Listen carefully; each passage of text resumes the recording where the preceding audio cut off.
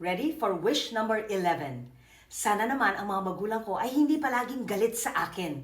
Alam mo mga magulang tayo, at dapat mga anak na iintindihan nyo na ang mga magulang may karapatan magalit, lalo na kung meron tayong kasalanan. Kaya nga madalas ko ipaalala, importante ang boundaries.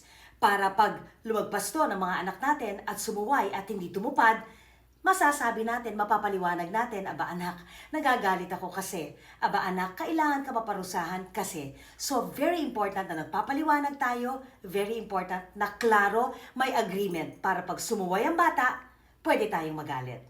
Minsan lang, nagagalit tayo, pero wala namang koneksyon or wala namang kinalaman ng mga anak natin. Sana mga magulang, yun ang matutunan nating baguhin.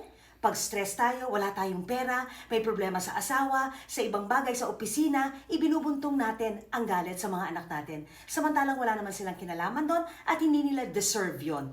So sana matutunan nating pag-aralan na pag walang kinalaman ng mga anak natin, huwag natin ipapasa yung problema natin, huwag natin ipapadama sa kanila yung stress, samantalang meron din naman silang kanilang pinagdadaanan sa eskwelahan o sa mga buhay-buhay nila.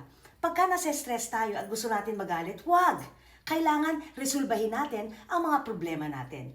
This Christmas is not about perfection, it's connection.